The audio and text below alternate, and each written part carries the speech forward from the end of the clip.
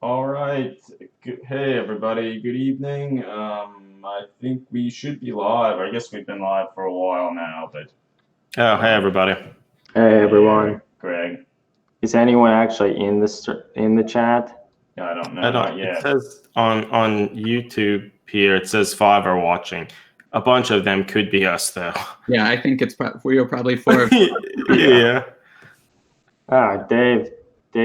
Dave times Dave's here. Hey Dave. Yeah. Hey Dave Dave. and Captain Timberlake. Nice to have Oh, you this evening. and Vox. Vox is here as well. Oh, yeah. So there are people here. That's good. Yeah, we also have Isaac here, better known as Weirdingway.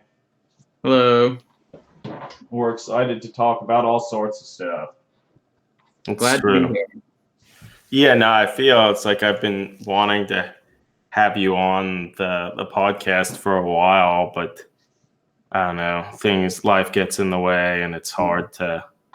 I mean, it wasn't actually hard to schedule it, but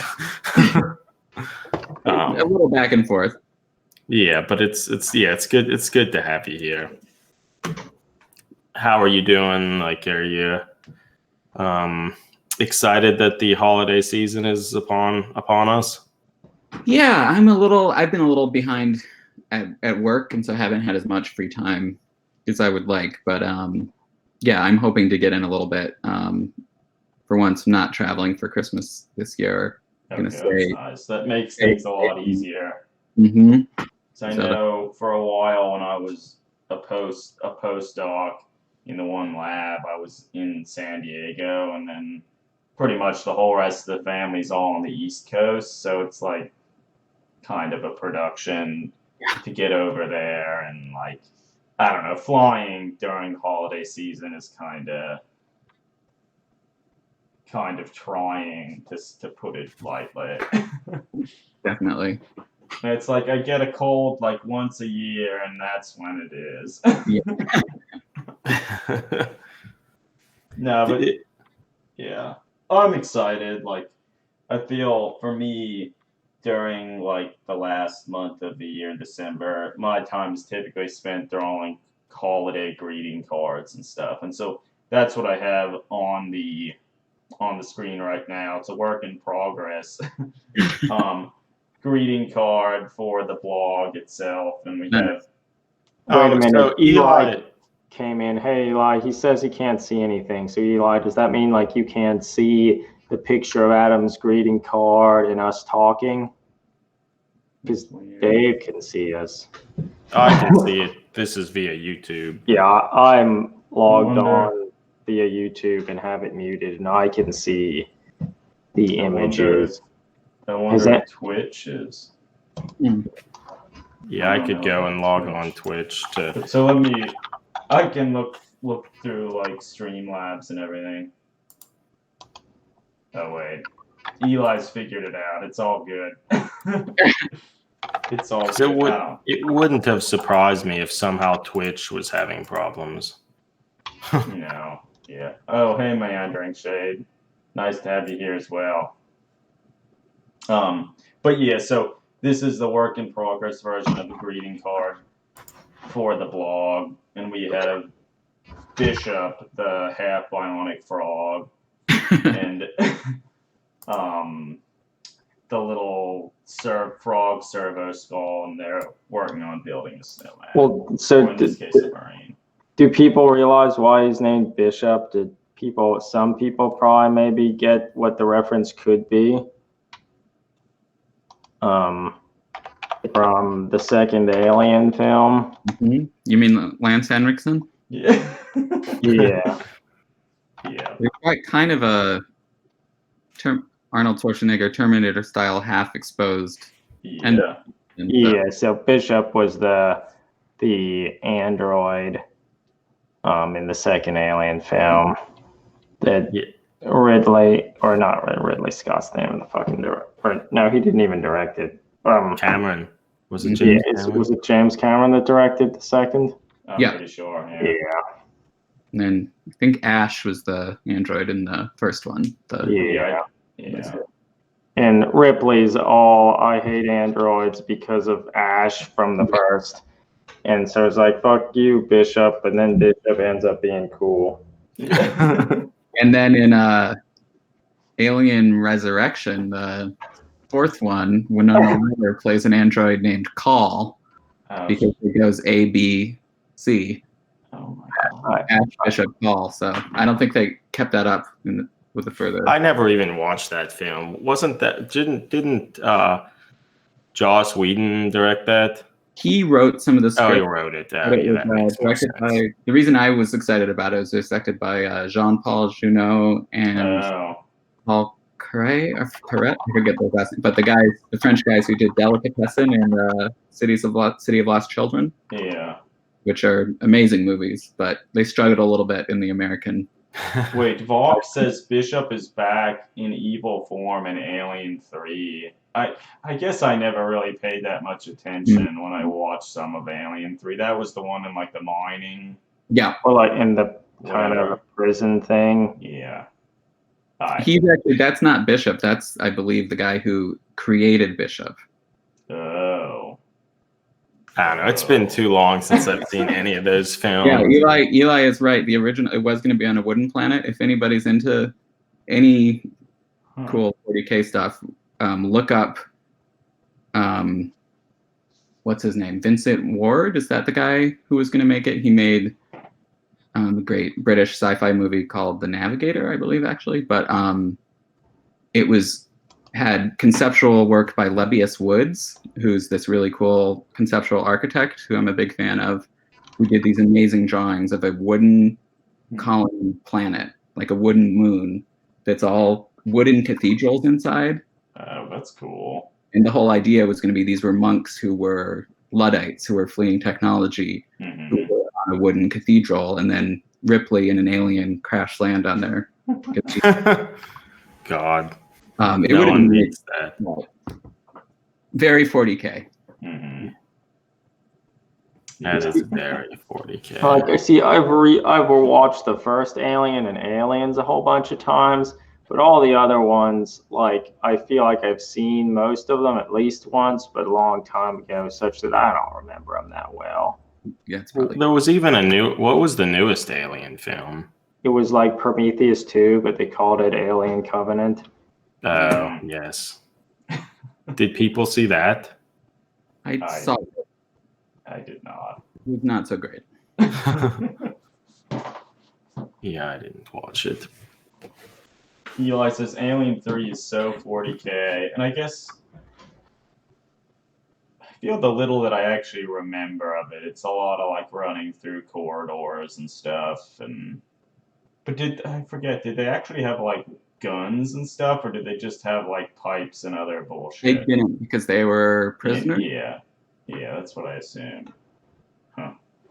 I haven't rewatched in a long time, but I think there's a director's cut that's supposed to be a little better. Well, wasn't that one directed by like Fisher? I don't remember. David Fincher, who did like Seven and Shit. People like those movies. Yeah, that was his first movie. So he had a lot of studio interference too. Yeah. Well, now this is turning into an Aliens podcast, but yeah. Oh yeah. Well, so in that vein, I think today or maybe the end of the week, pen and paper RPG based on the Alien franchise is being released, and at the very least, it has a fucking cool cover. So that's more about Alien. Yeah. Fuck yeah, Alien. One more alternative Alien thing. William Gibson wrote a screenplay for, I think it was going to be Alien 3, but they rejected it. But they're just coming out with a comic book based on his screenplay for it. Yeah, I had heard that was a thing, and I heard that it was cool. Yeah. But I can't say more. I read some of the script online, and it seemed, very cyberpunk Evil Corporation, but pretty fun. That's cool. Well, Dan Abnett wrote a whole bunch of Alien, Predator, and comics and stuff for all of those individual things that I read. Some of it was pretty good. So that's kind of related to 40K in the sense that Dan Abnett does a lot of 40K things. Yeah. But So yeah, the movie I mentioned is called Navigator, which is another. It's a pretty I think not very well-known movie from 1988. I haven't seen it in a long time, but I remember as a kid, when I was first getting into 40K, I saw it and was blown away because it's about people from 14th century England ending up in modern day, like in a mining town or something, I forget. But it's like very apocalyptic and all so grim. Well, that sort of reminds me of the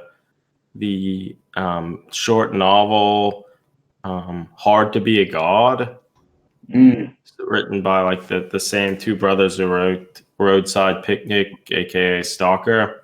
Yeah, but that was about some scientists that, I don't know, I guess went to another planet that was like kind of in like kind of the dark ages sort of, and then went there to sort of study things but not get involved, and it was interesting.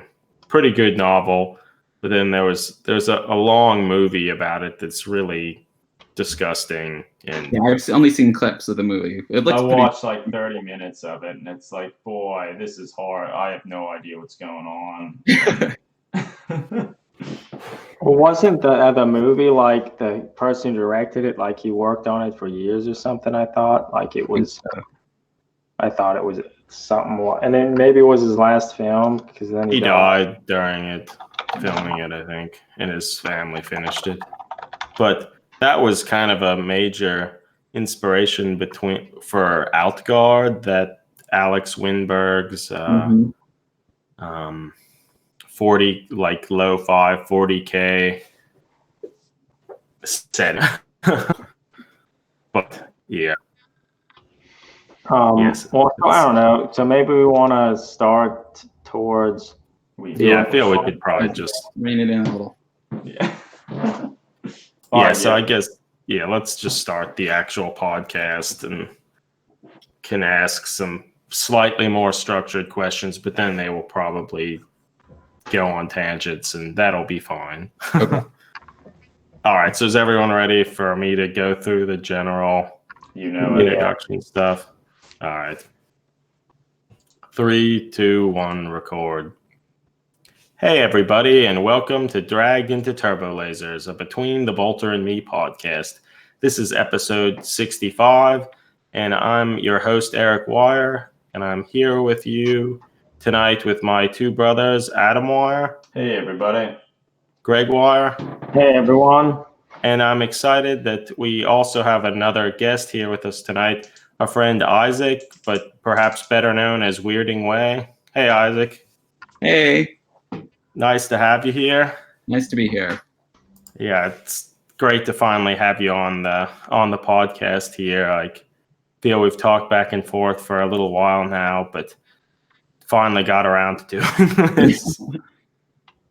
Yeah, I feel like probably everyone has some involvement in the Inc. 28 aspect of Warhammer probably knows about Weirdingway's your stuff largely because of the Navigator house that you've been working on and whatnot. So I would almost say that your work needs no introduction because I feel like the people that actually listen to this podcast are here because of it, Inc. 28 sort of stuff.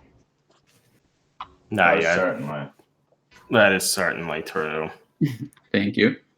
But I guess maybe just to start this off in just a general sense, could you just tell us a little bit about yourself and maybe sort of lead that into how you got involved in sort of the miniature hobby? Sure. Well, like many people in this hobby and your listeners, I feel like a lot of us are of the same general demographic. I'm about almost 40, white guy with glasses and a beard, very nerdy child. But so I was exposed to the whole hobby 40K world through my older brother, which is I think also again a common trend. We were actually really into the Teenage Mutant Ninja Turtles role-playing game, the Palladium game, and we were on That's vacation cool. in England and were looking to buy some books. And so we found a shop called the Orc's Nest in London, which I believe is still there in some form. But so we went into the shop just looking for Palladium TMNT books, and they had Rogue Trader, Space Marines, and I think some of the early Eldar models and stuff, and all the books. And this was very early on. This was before the first box set of 40K came out. But we were just instantly blown away. And I was really little. I was like second grade, I think, third grade. So I was too young for it. But my brother got it and started painting models and playing Rogue Trader with his friends. And so I would watch them. And I remember I have the distinct memory of them playing Rogue Trader and taking out this like 30-inch paper template to represent a Vortex orbital missile. And thinking that was the coolest thing I had ever seen. But so I read Rogue Trader much too young, probably, and the Realm of Chaos books. And I think kind of have never really been able to get past that, you know, that they kind of themselves in my psyche. But then when the second edition 40K box set came out, I got that myself, and my brother was starting to get into being in a death metal band and stuff and was less interested. And then, again, these I think are common themes, but I then fully committed and painted up all those little plastic orcs and all the Gretchen, the 40 mono pose Gretchen. I didn't get that far, but yeah, how could you? Painting the Space Marines as Blood Angels because that's what they were on the box. Yeah, we painted half of them as Blood Angels and half of them as Dark Angels. Fucking stupid. No, that's a crusade. Yeah. Well, we painted. I think we might have painted all of the Gretchen. And then I think that was probably the only boxed game we ever painted all the models for. And then it's like, if we would even paint one of the models from a box game, it's like, hot damn, that's a home run. A triumph. Did it. It was a very exciting box. But even at that time, I remember thinking like, because I still had this kind of mindset of my first exposure was Rogue Trader. Mm-hmm. The second edition box was kind of more cleaned up and goblin green bases. The models were kind of more toy-like. And so even at the time, I remember like kind of trying to, like, I painted things on a black undercoat and use a white undercoat at the time. So I had a little bit of a different sense, but even that second edition book, like, was so full of John Blanche artwork. Yeah, I feel the Codex Imperialis was just so awesome. Yeah, because the three of us started playing when we were like 12, and at that point it was maybe 1997, and it was towards the latter end of the second edition. And so I mean, we the stream you pulled up the Citadel Journal thing I posted. So yeah, I was lucky enough to have some of my models featured in the Citadel Journal back then. That's awesome. Because this was, again, early days of 40K on the internet, but as like a 14-year-old, I got really into a mailing list, the Warhammer 40,000 mailing list. Oh, damn. I don't know if you guys remember that or if any of your listeners might, but there was like, this was before forums. Yeah. News groups, but the 40K news group wasn't so active. But it was, so I was like, that was one of my big ways of engaging with the hobby was writing on the mailing list. And at that time, Jervis Johnson and Andy Chambers were part of the mailing list. Yeah, that's cool. So I kind of got to correspond with them some. And so then they put me in touch with people. And so I wrote some articles for the Citadel Journal, and when I was in England later, I actually got to go to the studio and meet them all. And so that was like when I was like 15, 16, that was like my big thing. That's so I had awesome. At one point I thought, okay, I'm not going to go to college. When I graduate from high school, I'm going to move to England and work for Games Workshop. Yeah. But cooler heads prevailed. And basically, actually, I think my parents were very grateful that I talked to Jervis about this, and he was very nice and said, like, why don't you try going to college, and if you want to work for us after that, that still could be an option. Yeah, that's cool. Yeah, which I think was definitely the right choice for me, because I went to college and discovered I loved it. I went to art school and found that a lot of what I loved about the hobby directly applied to making things that weren't just Space Marines and orcs, Not just Space Marines, ridiculous. I know. Yeah. It's shocking. Well, so here's a question. It can be used for many different things. Yeah. So here's a question for you. Is there a period of time where you kind of stopped doing Warhammer stuff? Because I feel like a lot of people, they started when they were younger, and then maybe they went to college and didn't do anything with it for like 5 years and then came back. The three of us were we started at 12 and kind of always did stuff with it. Maybe not as much at some points, but I don't feel we ever left it. I took a huge hiatus. When I went to college, I packed up all my stuff. I had a blog. Well, no, they weren't called blogs back then. I had a website where I would post stuff, and I turned that off. I was went dark and thought I guess I just wanted to focus on school. But then I was kind of surprised at how much I was able to leave it behind, and just totally I, at that point, after a couple years in college, thought I was never going to do miniatures again. And then, I really loved school. I got a career as a graphic designer, found it very creatively satisfying, but maybe about 5, even less, 3 I would still occasionally check up on new stuff that was coming out. But then maybe 3 or 4 years after graduating from college, I started thinking man, those models are looking really cool. It's kind of and so I started reading forums and looking at websites, and kind of the way I was so involved in the hobby as a teenager on the mailing lists, it was I saw there was this whole new internet world.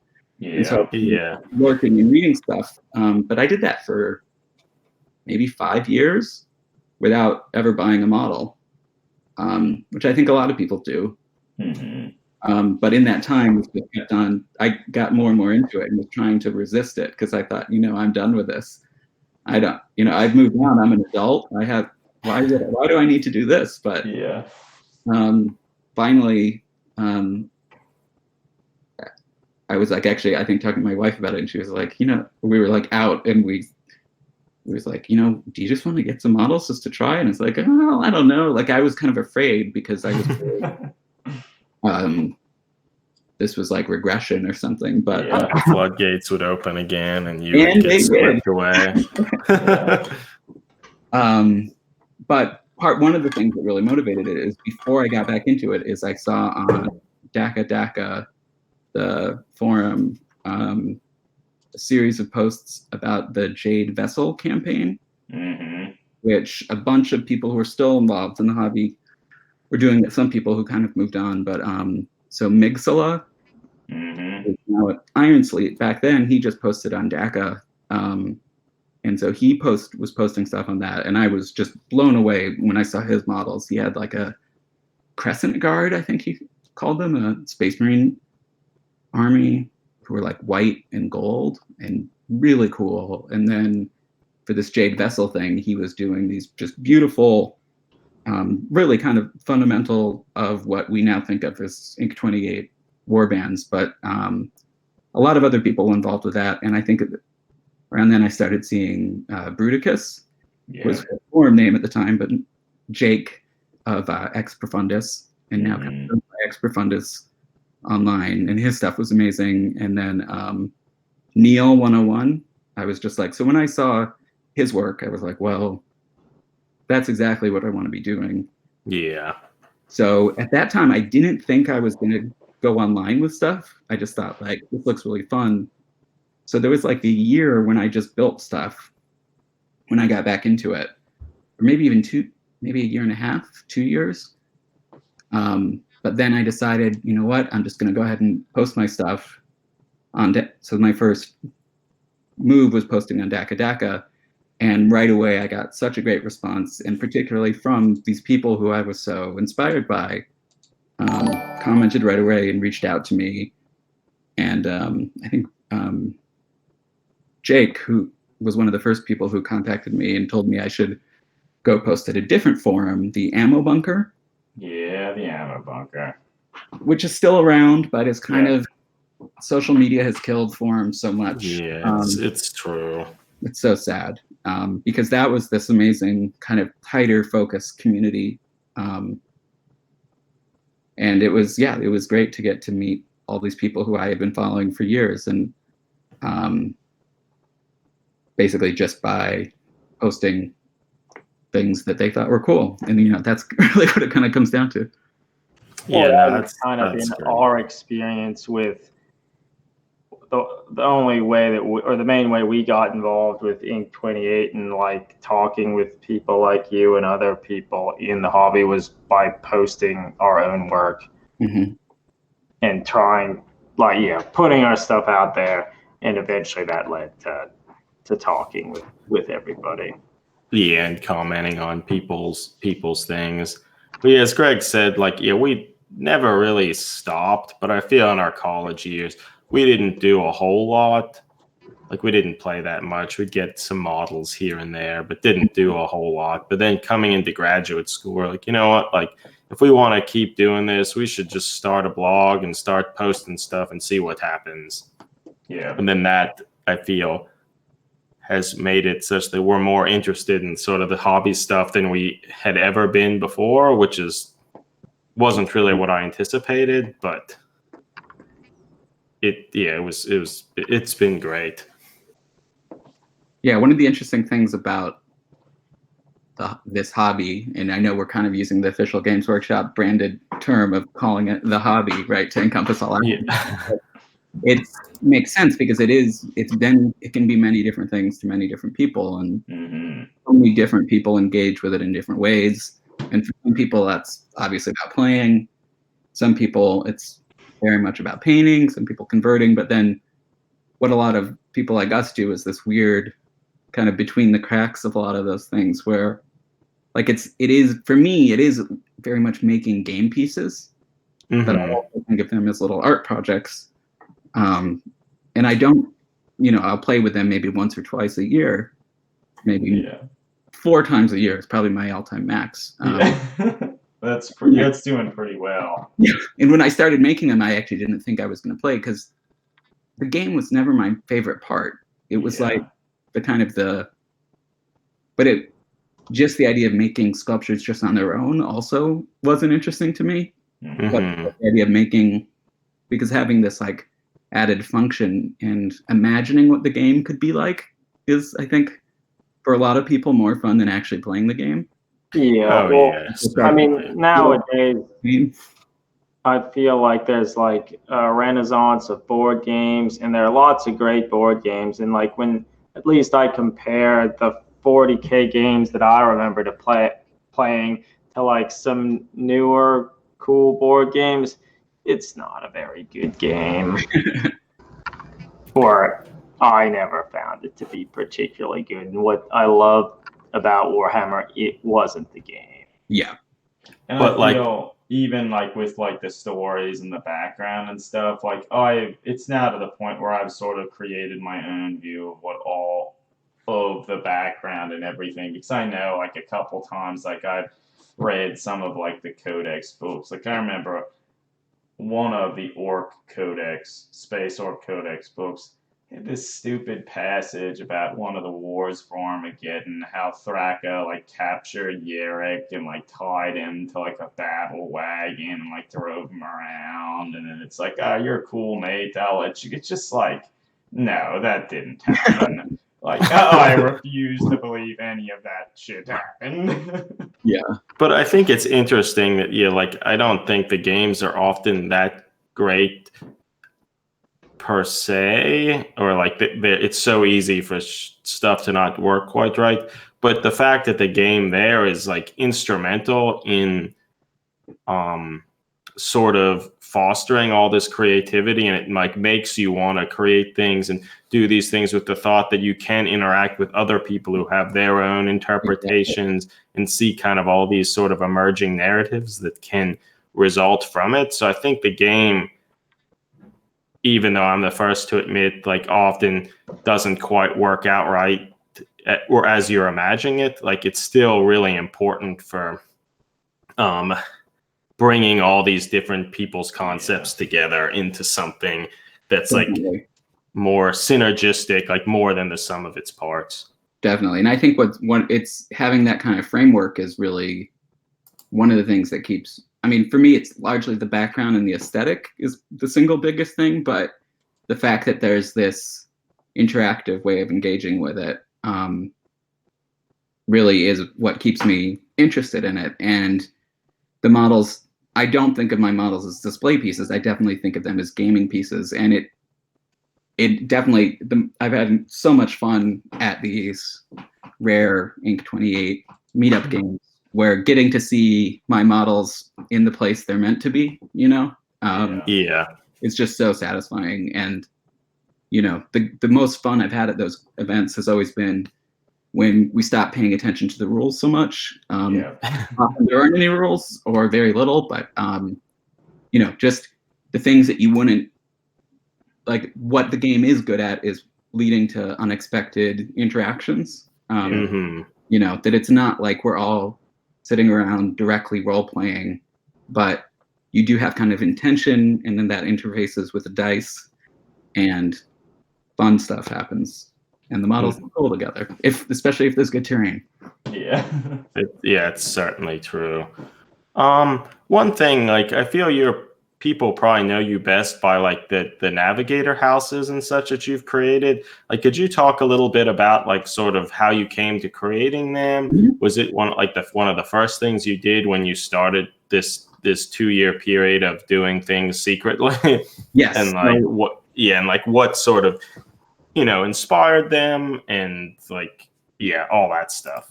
So yeah, before I got back into it, but while I was like actively reading forums and thinking about everything, I would just kind of really, when it comes down to it, one of my earliest ways of engaging with the hobby, now I'm not liking the way that sounds, but it is what it is. Daydreaming about like projects and like thinking like what would be a fun take on that concept. And so for years, I would just kind of in the back of my mind, like daydream about that. And I remember I even once, like on the commuting to work on the train, wrote in my notebook a list of ideas for what I would do if I actually got back into 40K.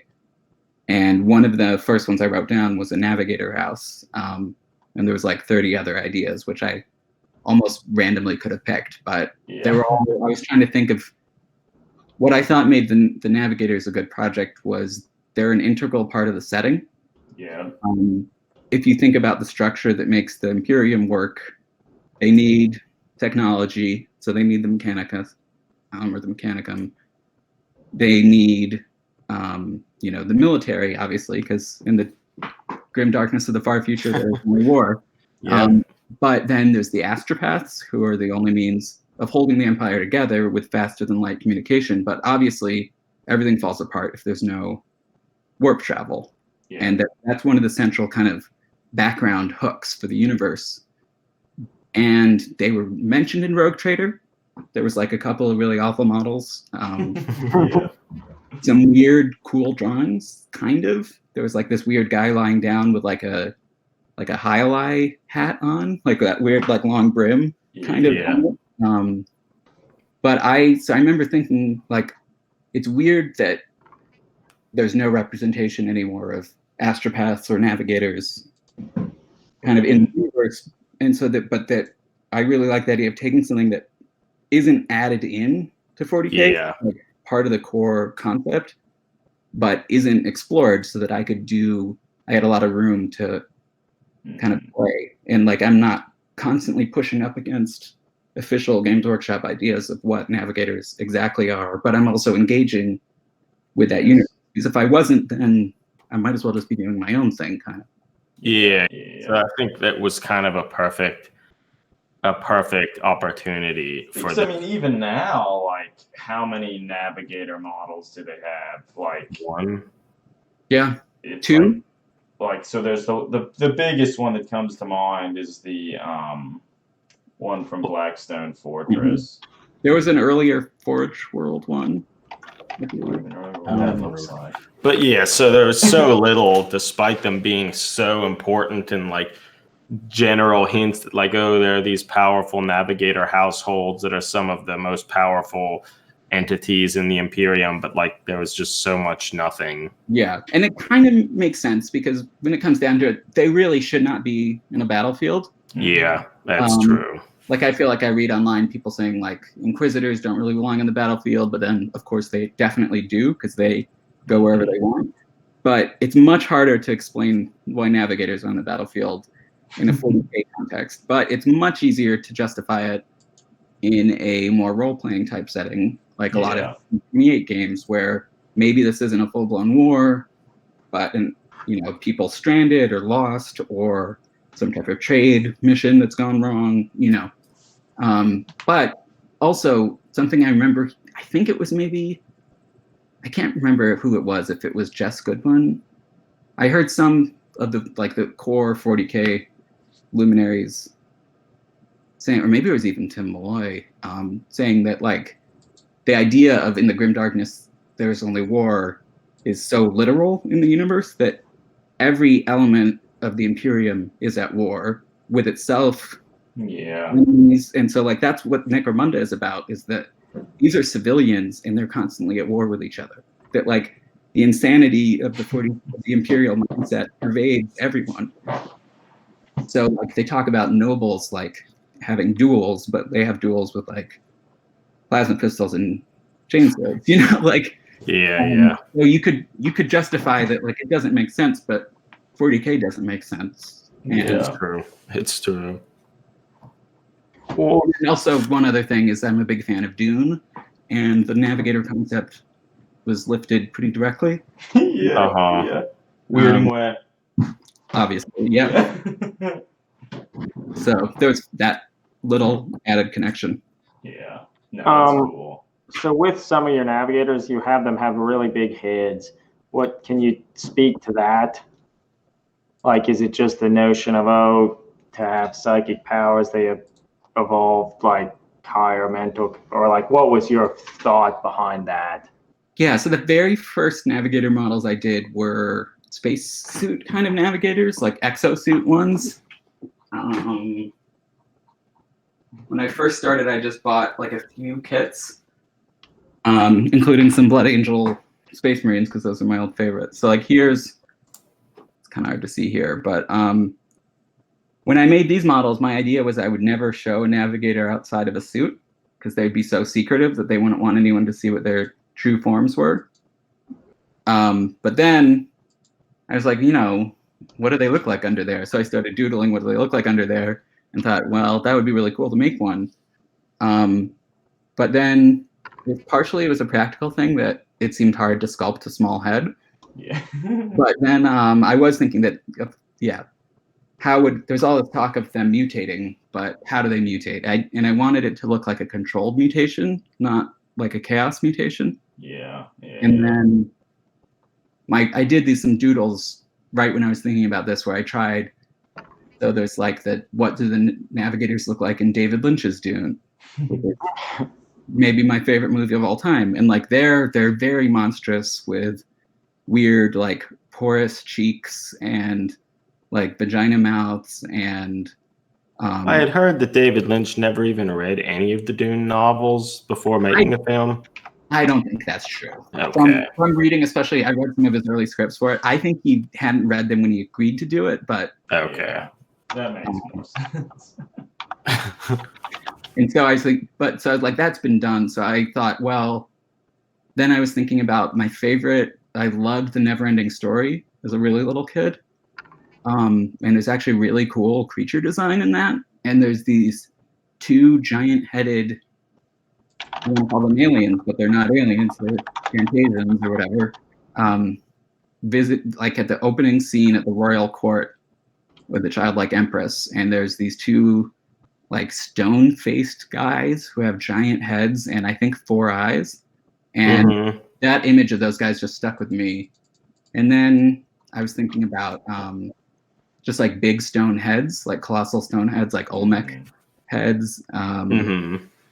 And there's this giant head of an emperor in the Capitoline Museum in Rome, where it was like a monumental statue, but the only thing that's left is his head. And so, yeah, I see Eli on the chat here. Got the reference. Oh, and then I was also thinking in I love Miyazaki movies, and the old woman witch in Spirited Away, Yubaba. I think she also has a giant head, and so that all kind of fed into that first big-headed navigator. But at the time, I thought, okay, I've done a big-headed navigator. I'm not going to do any more. But it kind of stuck, and so then I did the baby-headed navigator, which you showed before, who ended up pretty big, but not quite as big. But yeah. So this is, if you may let me interrupt, this is a very much of a tangent, but you said The Never-Ending Story. I never watched that movie, nor did I read the book, but isn't there like a character in there that's like made a creature that's composed of like hornets with like a hive mind called like Yargrimal the Many or something? I don't remember. That might have been in one of the sequel books. It didn't make it into the movie. Okay, well, I read the first book much later after the movie, but it's the notion of having some demonic creature thing that's just composed of hornets is cool to me. All right, sorry. You mentioned like doing sketches and such. Yeah. Do you do for like most of the models and stuff you created and like the navigators? Do you often start doing sketches? And of those sketches, like, do you often have models like that you think you could convert in mind, or? So it's weird. So for some models, I don't sketch at all.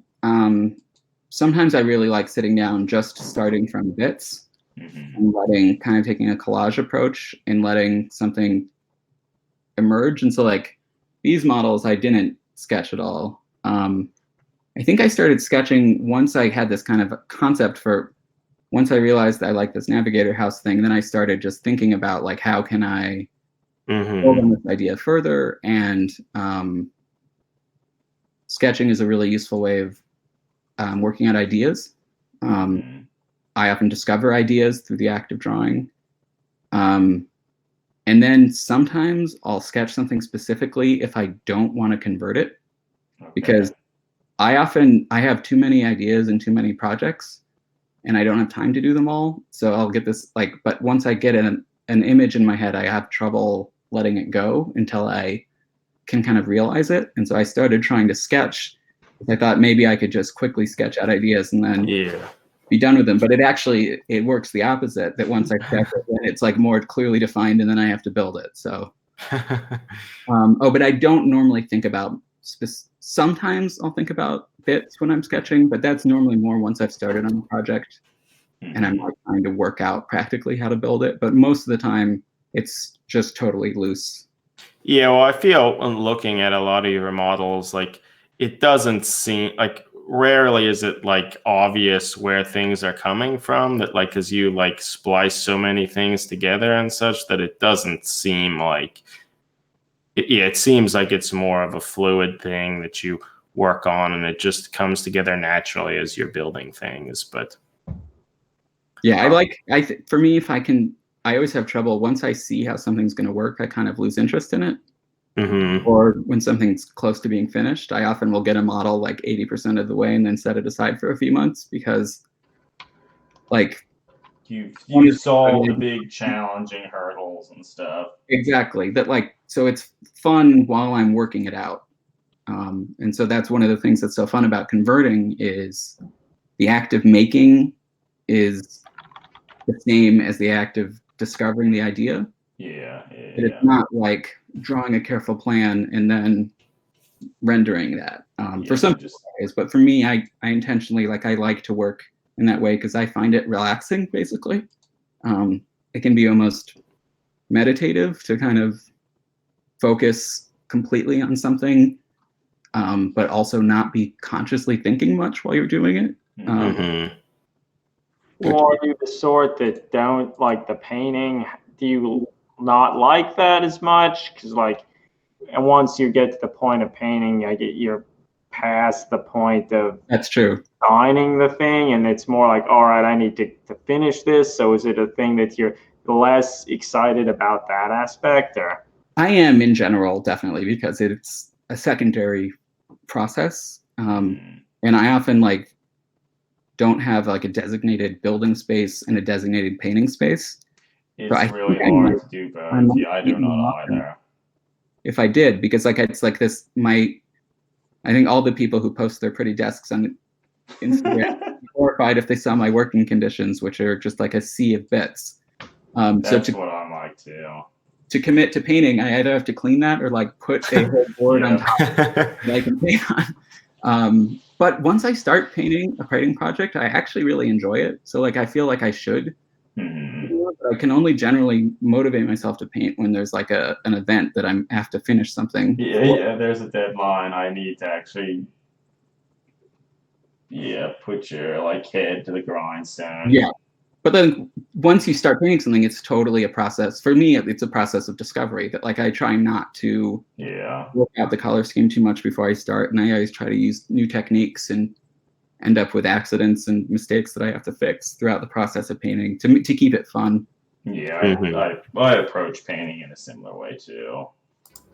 Well, you had said earlier that you're a graphical designer. How has that job influenced your work with Warhammer, or has maybe design philosophy from that rubbed off into, because you had said towards the beginning of this, you found that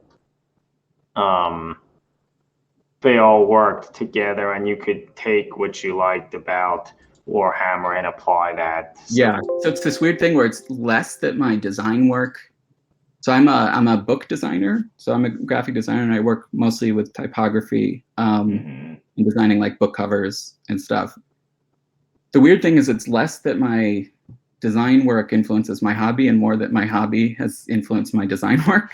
It's when I was in high school, I said I had a web page. I learned HTML and got the predecessor to Photoshop, all this photo styler, so that I could make graphics. So I made little animated GIFs. I'm going to call them that because that's what I've always called them. Not GIFs, but animated. Apparently, I was told that it is in fact GIF, which I think sounds kind of stupid to me. But apparently, it's GIF. Yeah, we don't need to. I don't want to bring. So I made little animated GIFs of Space Marines shooting bolters and Tyranids shooting spitters and stuff. And then I made a logo for my website and all this stuff. So I kind of learned about graphic design through that. But one of the things I like about my work is I do a lot of typography is very kind of influenced by history. And so I like the idea of how a typeface carries the associations of its time period, and thinking about kind of the way that visual forms are full of meaning and association. And so what I think is so fun about 40K is that it's just this crazy mix of different historical things mashed together. And the other thing is my other work I did a lot in college, which I was really into, is I made collages. And so I actually did collage sketchbooks. I brought one up. So for a while I thought this was my replacement for making models, was making art books. That's cool. Every night before going to bed, I would make these collage art books. But then once I started working as a practicing graphic designer, this didn't seem so relaxing anymore. I think because it was too close to what I was doing, and I would get caught up by worrying about what does this mean? Is this in terms of visual aesthetics and stuff? But it's the same basic thing of just sitting down with a pile of stuff and some paint and knives and glue and relaxing and putting it together. And so it's really nice to get off the computer after working on the computer all day. So it's kind of, some of it is influenced by the opposite of what I do as my job, but it's also exactly the same. It's just like mixing visual elements to create a coherent expression. Yeah, no, that's neat. Yeah, it is neat. Well, I guess towards that about mixing different media and that sort of thing together, like you're also pretty well known for making all sorts of crazy vehicles and mechs with random plastic bits and glue tubes and floss containers and such. Like, how quickly did you start to incorporate things like that into your models? Pretty early on. I made this robot pretty early on. And a lot of it is Games Workshop parts, but I kind of quickly realized that I could use other things, like this is like a pen cap or something, you know, so there's a lot of little, that wasn't that junk based, but kind of reminds me of a Mad Cat or something from Mech Warrior. Yeah, I've heard that before. It's basically collage again, and when I convert, I tend to cut models into such small pieces that they're basically just shapes. Yeah. So when you get to that point, it's like there's shapes everywhere, and I've always liked to like pick up junk and think about how I could use it for other things. And there's a long tradition in science fiction model making of using use.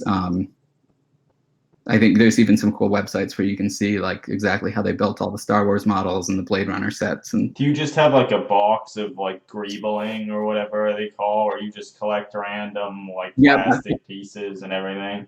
Yep, I've got a bunch of like big Ziploc baggies and boxes and stuff, but it's not particularly organized. Yeah.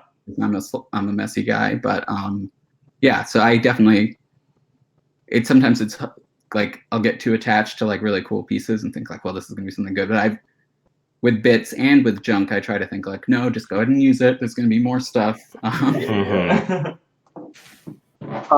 so talking a little bit about robots and stuff, like for that, where did some of your inspiration come? Was it like Mech Warrior sort of stuff, or was it Gundam, or maybe Transformers, or I was really into Transformers as a kid, but I grew up in Hawaii, and before that lived in Japan as a really little kid, before I really remembered it. But like I grew up, like I remember we had all these tapes from Japan that I would watch, and those, like, it was Macross, which then became Robotech.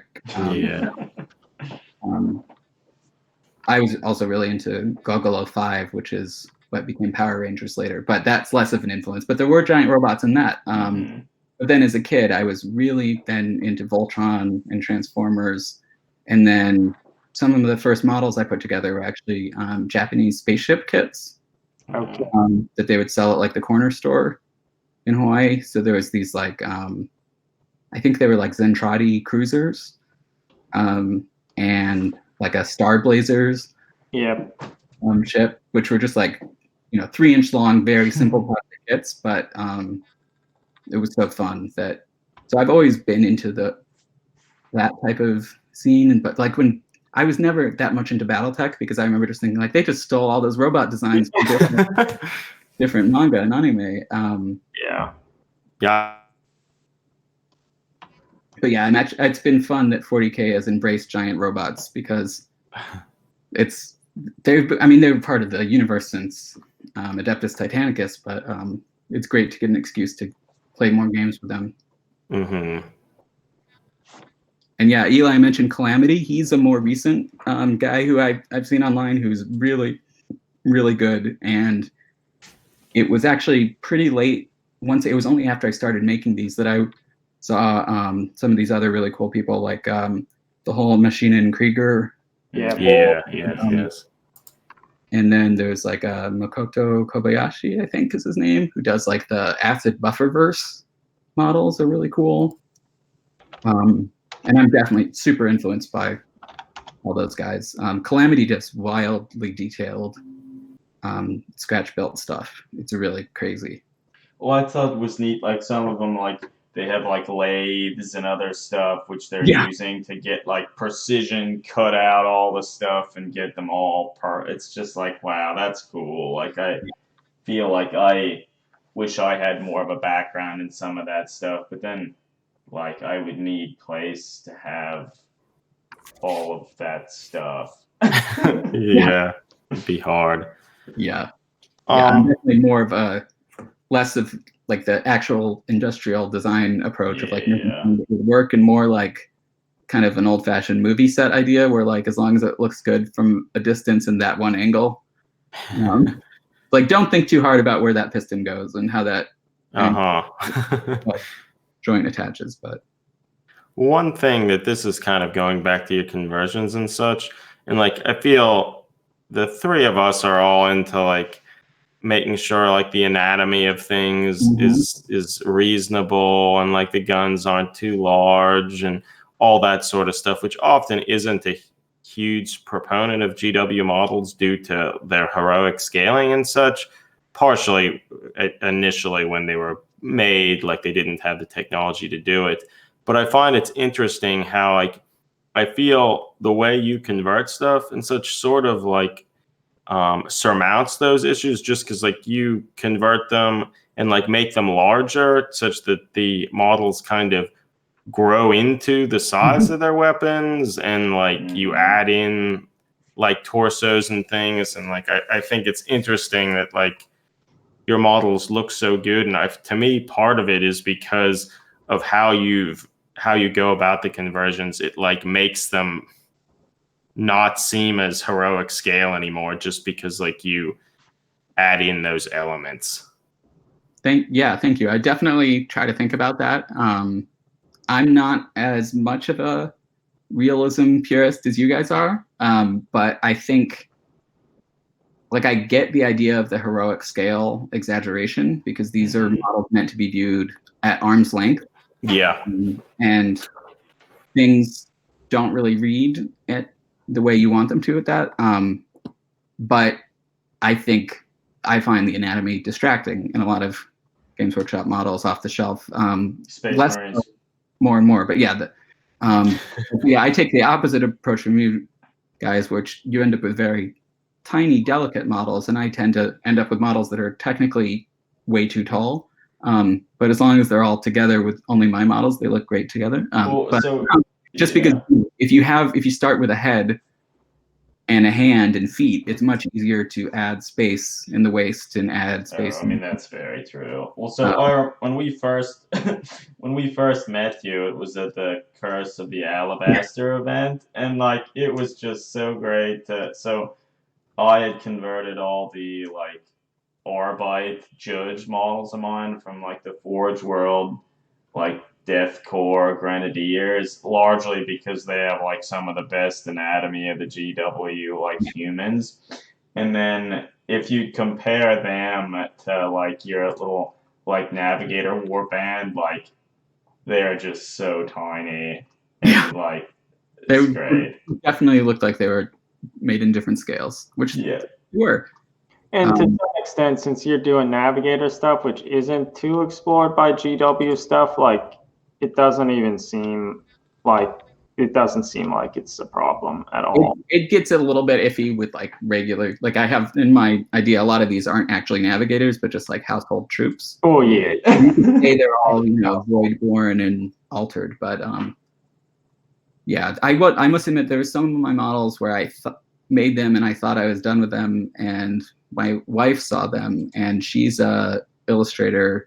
Okay. Who's really good at drawing human figures is kind of one of her specialties. Yeah. And she would just be like, nope, that's terrible. That's great. Button there. Why is the knee there? That's all wrong. So that's great. Like, I already glued pouches all on the thigh. It would like get rid of them. No, and so actually, like with that tech gang you were showing, I was like really upset that I had to change them, but then I like cut them all apart and tweaked the proportions, and they looked so much better. Also, I love that those tech gang models are some of my favorite models you've made. Like I have one up here, the one female model. She's kind of like holding like Yeah, an I think that's my SMG. favorite one too. I think Like, that's like one of my love it. favorite models you've It's ever made. like so good. It's so great. Like everything about it just works so well together. Like the proportions are good. Like it's really great. And I really like the bolt pistol thing. Like it actually looks like kind of like a machine pistol or something. Like it's just really cool. Like, and I feel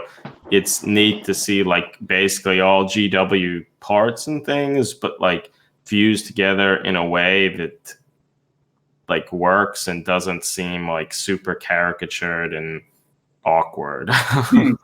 I'm definitely not a gun guy or a gun expert, so that's nice to hear that I just try to make things look vaguely believable so that the more crazy parts of the world kind of make more sense or hit home more. I think I sent a picture that has like a comparison between some of your models, Adam, and Isaac's. Oh, wait, I'm trying to. Shared it that you might be able to bring up.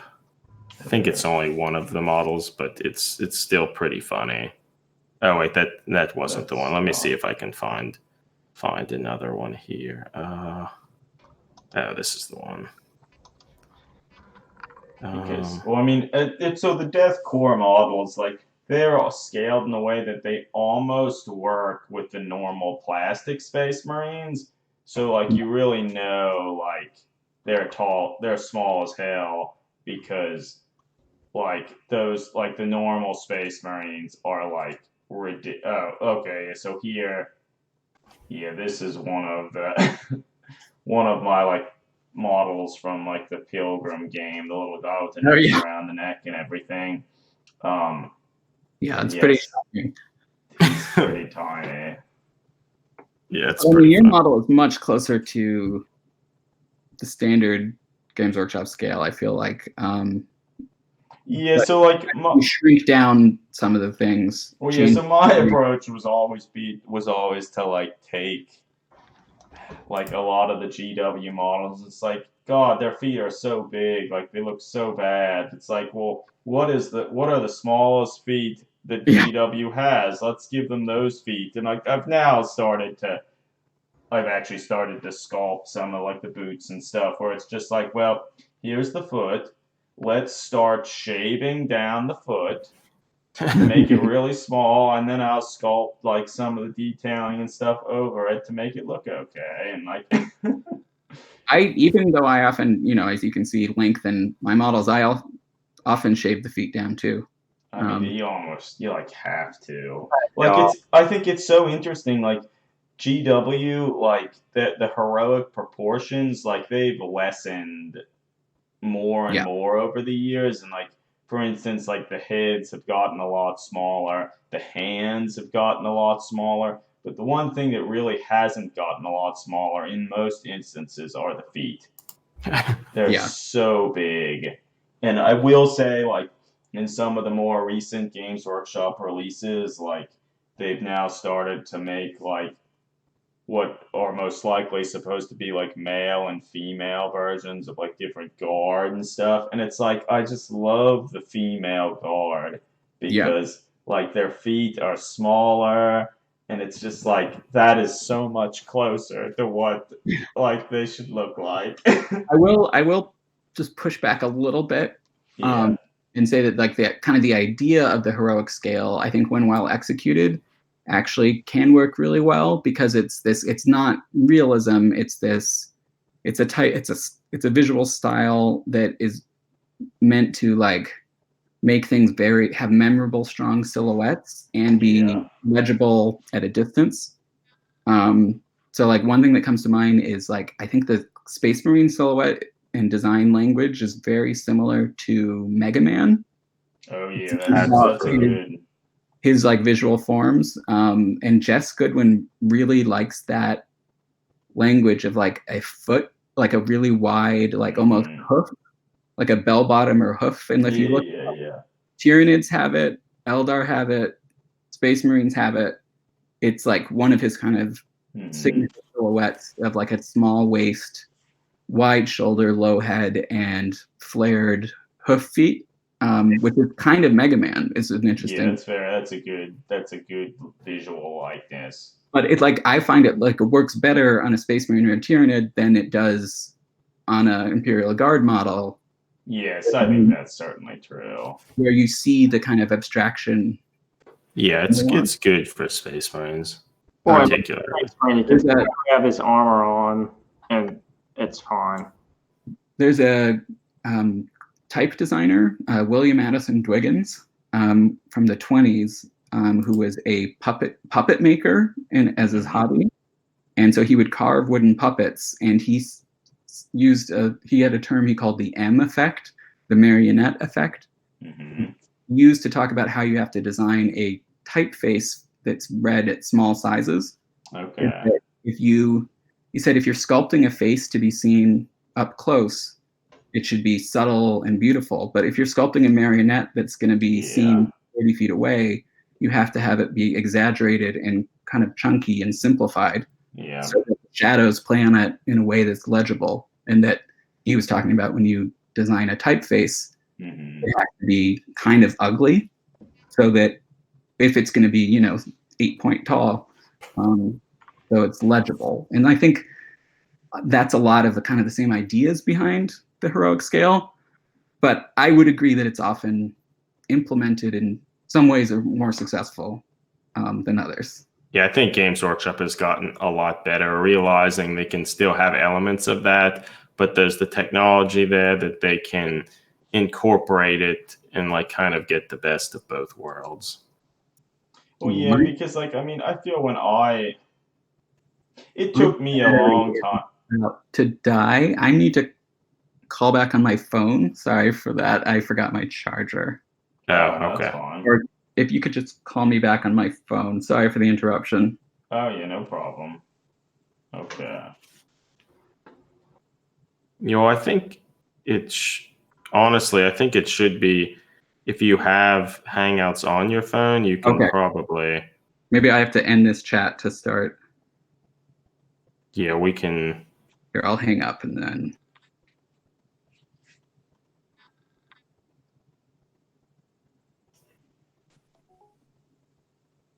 Hello. Hey. Am I in the stream? Yeah. You're on. We can still hear you and everything. Great. Sorry about that. No worries. I mean, we've been. Well, how long have we been talking? We've been talking for a while now. Yeah, I got a little excited there. Well, I mean, we can probably think about wrapping it up relatively soon, but I feel I have maybe a few more questions that we could talk about. I guess one thing, you've now been a part of quite a few Inc. 28 events, some fairly notable ones, the Thorn Moons, Lesotho. I don't know if that's how you say that. 212. Recently, Jalita. Would you talk a little bit kind of how you got involved in some of those things?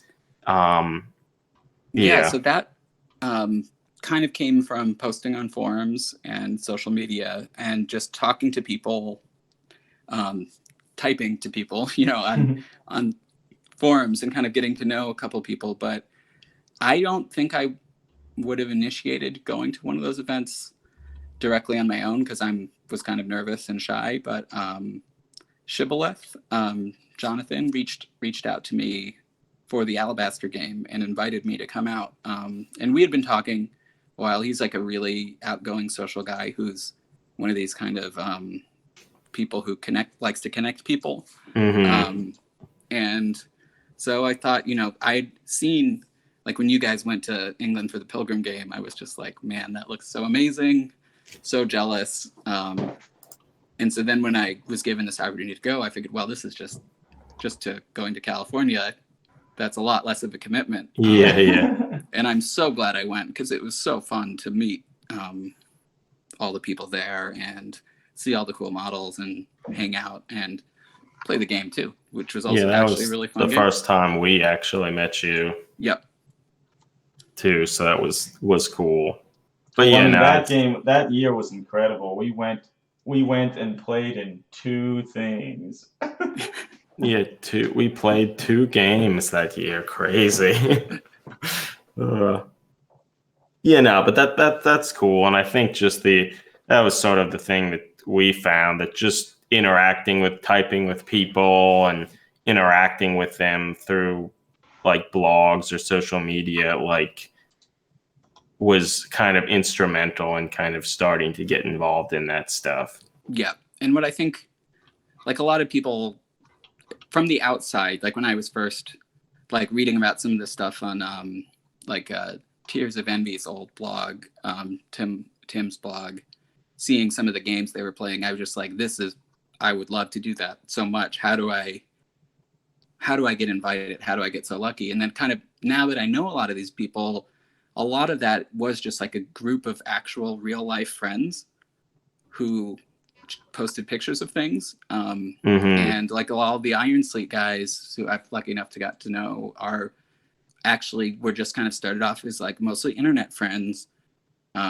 who decided to play together. And so it's kind of realizing that basically anybody can do this. And it's been really fun seeing all these other people being inspired and doing their own projects. And it's been fun being involved in some of those. And I'm really lucky that I discovered after some of this online stuff, I discovered that there's a great guy in Chicago, Dark Tech, also known as Vince, who I was searching for a Necromunda group because I wanted to try playing Necromunda. And I saw there was a Necromunda League. This was old Necromunda before they came out with Necromunda at a shop way on the other side of the city. So I went to like the first night meetup, and there was just like 4 guys, and Vince was one of them.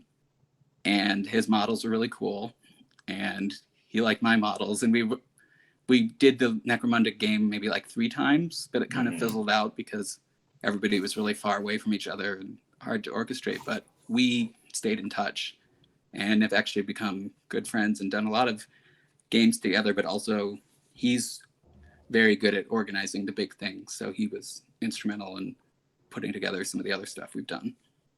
Yeah, nah, he's great. Makes all sorts of cool stuff, and yeah, like the fact that he has organized some stuff, and that certainly helps if there's someone who's willing to start to do that, like, because it's a big sort of step to do, but yeah, it's great. I mean, it's cool that you're both live relatively close to one another. That you'd think we'd play more often, and we probably should, but it's one of those things that's with busy lives, it's always really hard organizing, and it's much easier to find like a couple hours here and there during the week to work on models. Like I can be like, well, I'm gonna stay up a little too late tonight and make some models, but it's much harder to be like call up Vince and be like, hey, do you want to play Necromunda from 11:30 to 1 tonight? Like that is certainly harder. It's very lucky, and I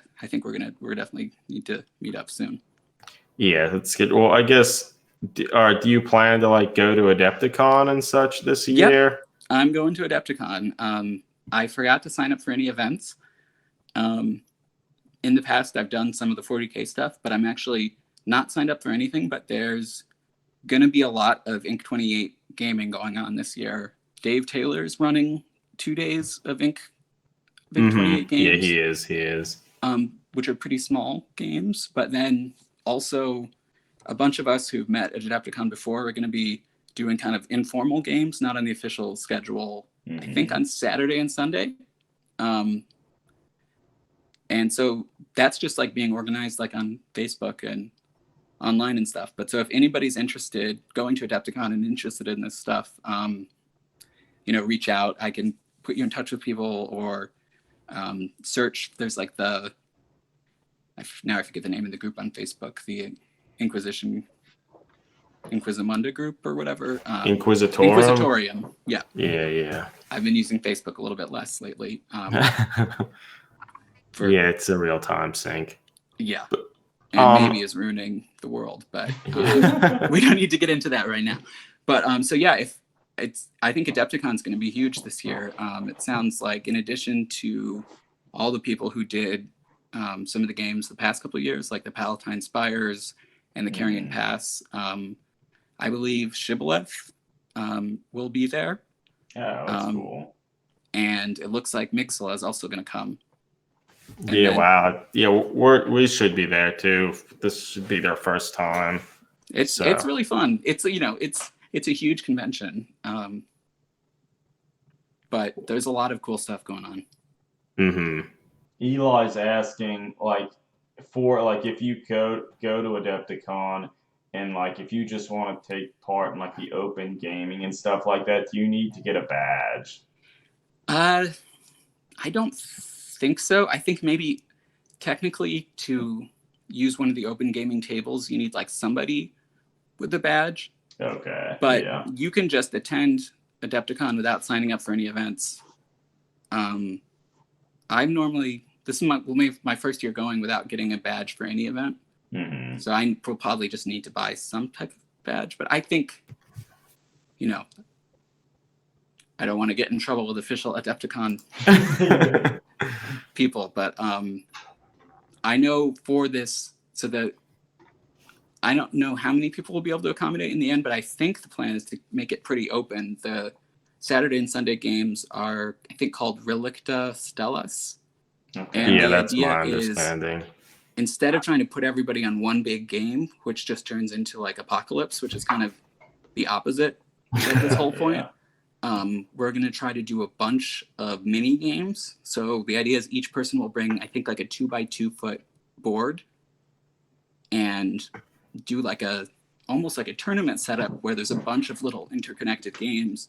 But so like everybody gets to, a whole bunch of people get to play with other people in like very small scale, fast, linked narrative games. So Rob, who's another guy early on whose work on Deka Deka I loved and is part of Ex Profundus too. He's Mead online. He has been building a lot of terrain already, and I think is kind of organizing some stuff. So there's like a Facebook group for that as well. Yeah, no, that sounds great. So yeah, Adepticon should be pretty cool this year. I guess maybe here's just some last sort of simple questions. Do you have like a favorite hobby tool that you use that's like really, that is like the most important for you? I guess it's kind of, it's two things. It's just like a really sharp X-Acto blade. And plastic glue, I will just say, because I don't mean to single Vince out here, but I was shocked to discover that he had been building a lot of his big robots just with super glue. Yeah, well, the last time I was in Chicago for like a work-related thing, I met up with you. Yeah. And like I too was like amazed that like he strictly uses super glue. And like I feel the like, I don't know, 6 or 7 years ago when I found that like Tamiya thin cement and some of the thin cements, it's like, oh my God, this is like the best thing ever. I use super glue for a lot of my junk builds where I'm like gluing putty to stuff. But yeah, if you're just working with plastic, it's like the plastic glue is amazing. One of my favorite things about like using actual plastic glue is it's positionable, that you have like that little wiggle room. It's so nice before it sets. But yeah, I don't use saws very often.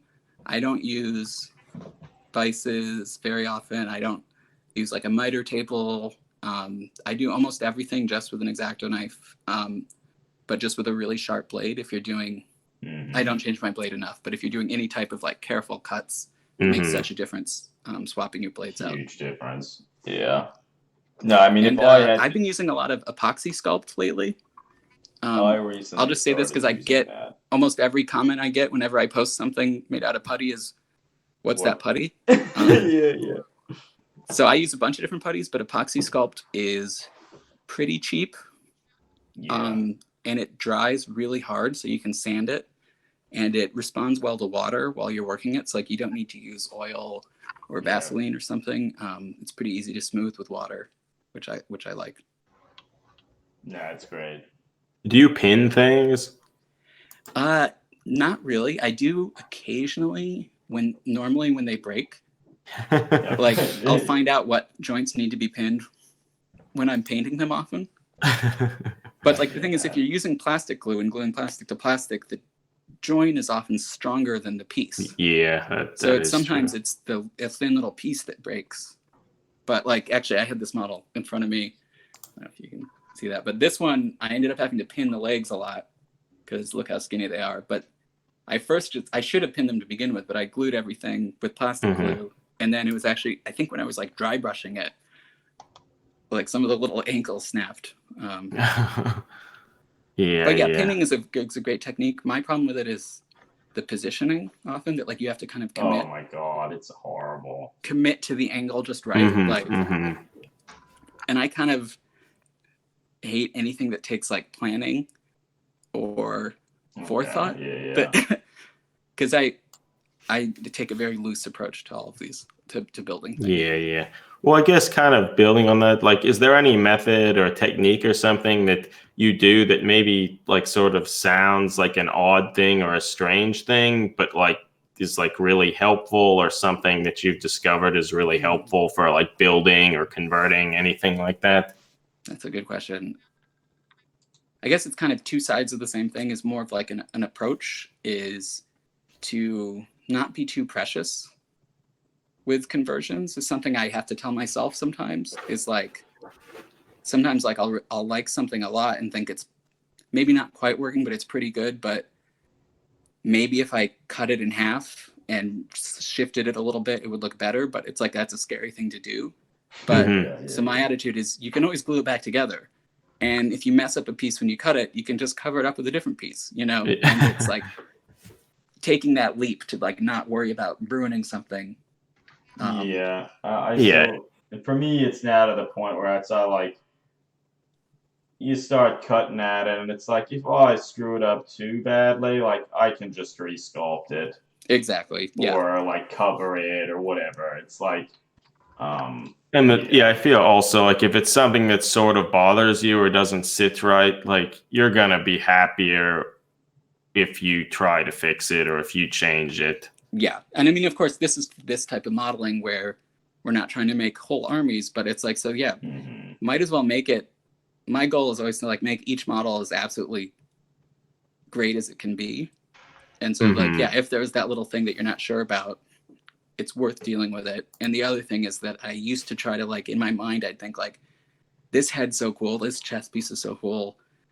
I can't, if I use them, I got to save that for a special model. But early on, it was like, no, every model you're working on, don't worry. Yeah. Put the coolest things you can all in that one model, because there's going to be more cool things. That is certainly true. Other things to do after that. So like not being precious, I guess. Well, this is only somewhat related, but one thing that I found, particularly with stuff that Adam is doing, like him showing models to Eric and I and other people, I think has helped, where other people see things that look quite wrong, wrong.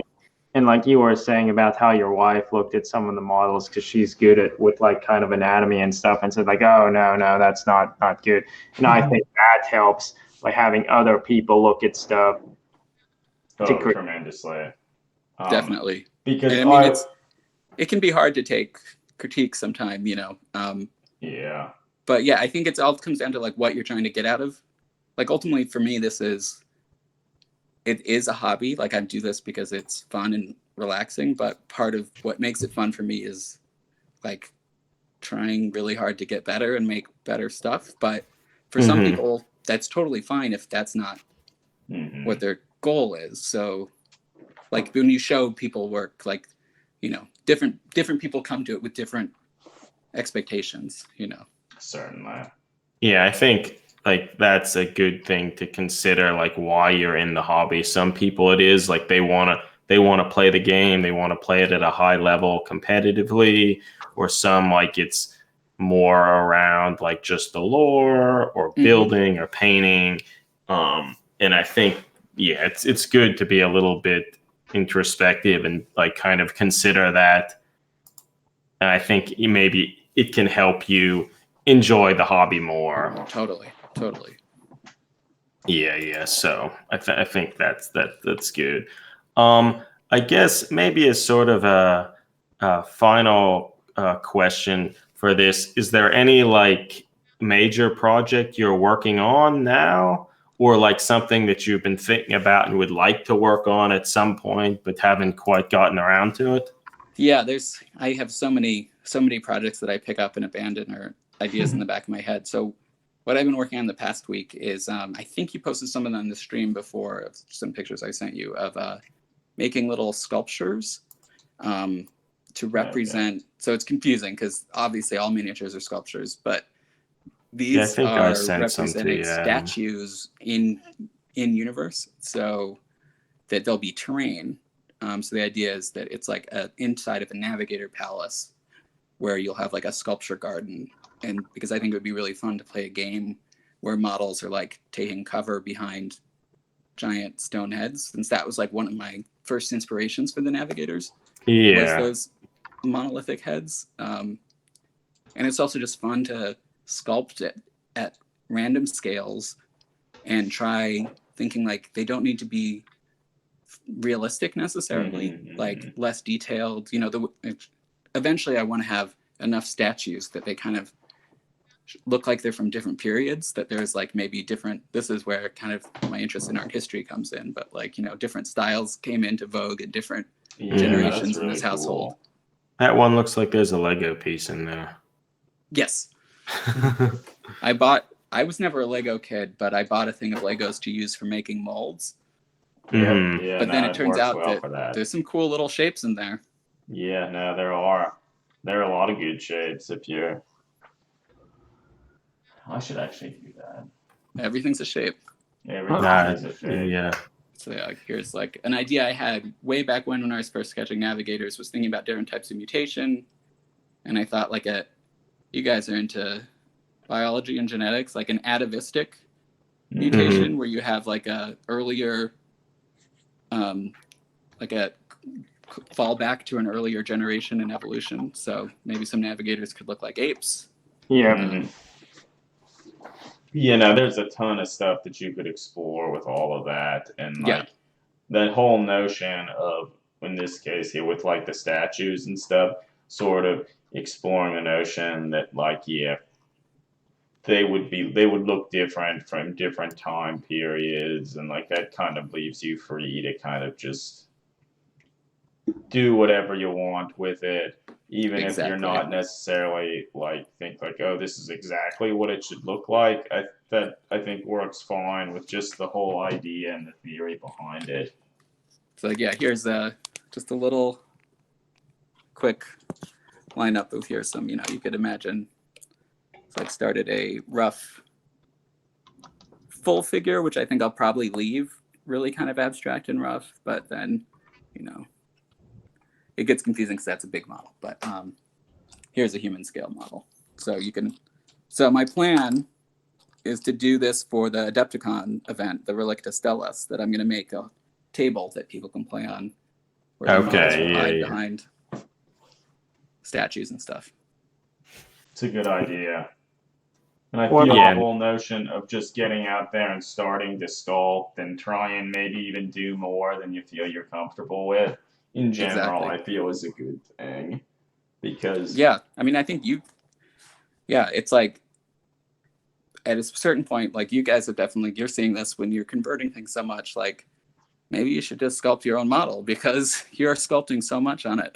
No, that's what I should just do, because like at this point, like I guess particularly with like some of the Mordheim models and stuff I made, it's like, and I guess the one true scale space brain I made, like there was some framework and then I just kind of sculpted over top of everything. So it's like it was more just an armature than like quite wide. I mean, who knows? It is tough to start with a blank slate, like and that's one of the things that's fun about converting, of course, is working with, like, I'm not saying that sculpting's better than converting. I actually think in some ways converting's kind of more challenging.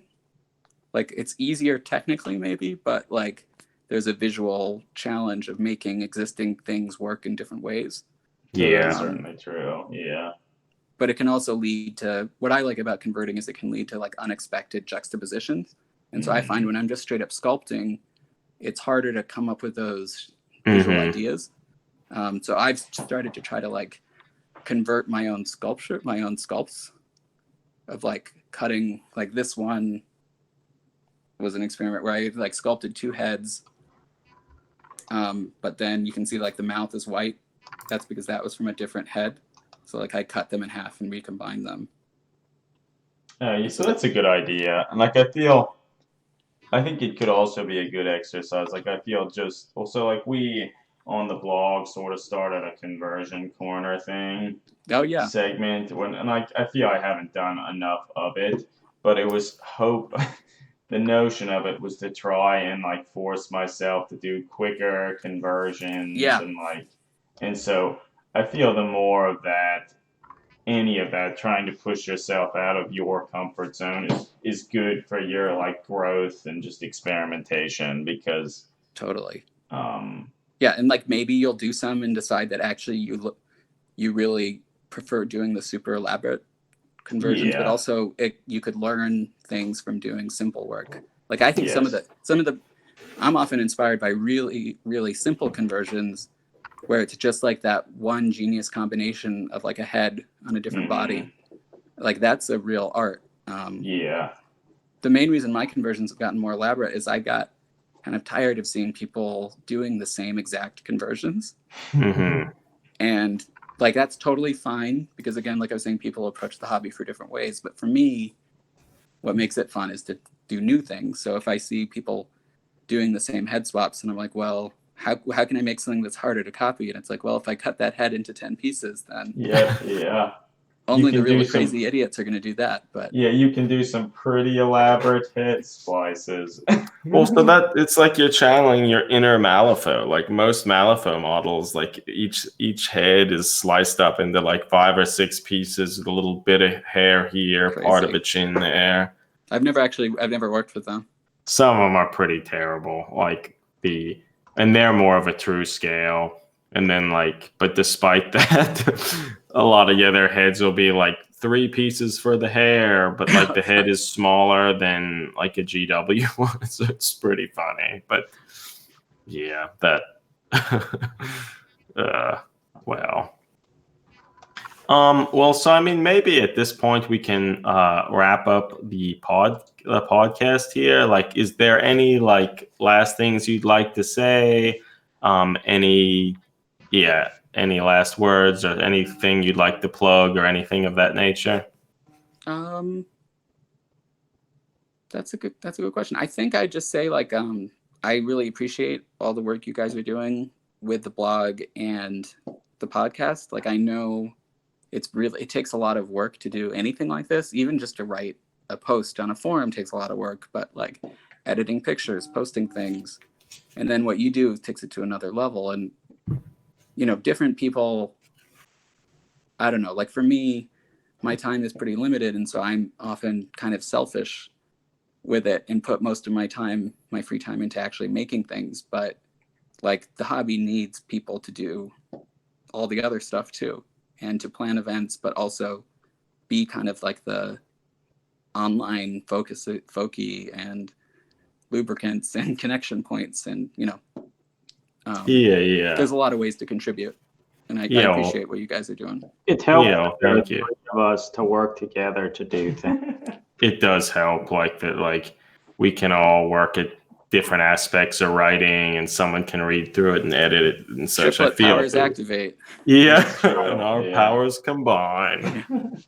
Yeah, but but as you said, like all those things, like it certainly is a fair amount of work that could have been going into painting or hobbying or something. So like it is one of those things you just kind of have to figure out like what you want to focus on and like what you're gaining out of that. And personally, I like interacting with like other people and like sharing this sort of thing and trying to help more people get involved in it. And like I think that's really fun. Well, you are a social media influencer. Oh God. Uh-oh. But yeah, one of my favorite things about the hobby now is interacting with people, and that's just been really fun, like befriending people all around and talking about ideas and like all these sort of events and probably things like Adepticon. The greatest thing about most of the Inc. 28 events we've been is just the people. seeing old friends, meeting new ones. Totally. And like I'm I can be a pretty shy guy and get really nervous about social stuff, and so I was really worried meeting these people in person for the first time. Like, what are we going to talk about? But like, oh no, it turns out we have so much in common. Like if we're doing this type of stuff, it's like it's very fun to like, most of this is a very internal hobby where we spend these many hours thinking about this stuff, and so Like getting to share that with other people is really fun. We could have talked for a while more about Alien, but we stopped. Yeah. It's true. It's true. Spin-off podcast. Yeah. Yeah, no, it's true. It's true. Well, I guess, thanks for agreeing to come on here. It's like been really great talking with you and kind of hearing some of your insights and how you kind of got to this point. Like, yeah, it's been really nice. No problem. It was my pleasure. I hope I didn't go on too long. No, it was great. And yeah, maybe we can have you on again sometime. Sure, that'd be fun. And hopefully we'll see you at Adepticon too. Yeah, you guys should come for sure. Yeah. All right. Okay. Yeah, well, thanks for listening, everybody. Like, it was fun, and we'll talk to you again soon. Good night. Yeah. All right. Great. Yeah, so the podcast thing there's done. I can edit some of that stuff out, like to release it as the podcast, but that element's done. So it's good. We did it, guys. Yeah. I spend so much time listening to podcasts. It's crazy being on one. Yeah, have you been on any before? No, this is my first time. Yeah, I feel it's interesting because I feel like people would want you on. Like You're one of the luminaries of it's true. The Ink 28 movement. Like, actually, there aren't really any other Ink 28 podcasts. Yeah, no, and so that is true. There really isn't much. And I mean, that's kind of why we wanted to start a podcast. Not that it was necessarily Ink 28.